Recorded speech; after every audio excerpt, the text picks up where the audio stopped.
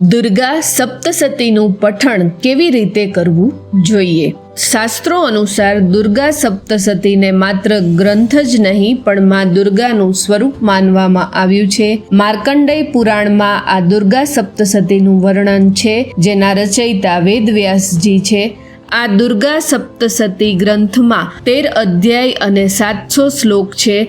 આ ગ્રંથ ખૂબ જ શક્તિશાળી માનવામાં આવે છે, માટે જ દુર્ગા સપ્તસતીનું પઠણ કરતા પહેલા તે ગ્રંથની પૂજા જરૂર કરવી જોઈએ. દુર્ગા સપ્તસતીનો પાઠ કરતા સમયે માતાજીની સામે બેસવું જોઈએ. પાઠ કરતા પહેલા દુર્ગા સપ્તસતી ગ્રંથને તિલક કરી અને પુષ્પ અર્પણ કરવું, એ પછી જ પઠણ કરવું. દુર્ગા સપ્તસતીના પઠણના પહેલા દિવસે માતાજીના કિલક સ્તોત્રનું, અર્ગલા સ્તોત્રનું અને દેવી કવચનો પાઠ કરવો, પછી અધ્યાયનું પઠણ કરવું. આ રીતે દુર્ગા સપ્તસતીનો પાઠ કરવાથી તેનું ઉત્તમ ફળ પ્રાપ્ત થાય છે.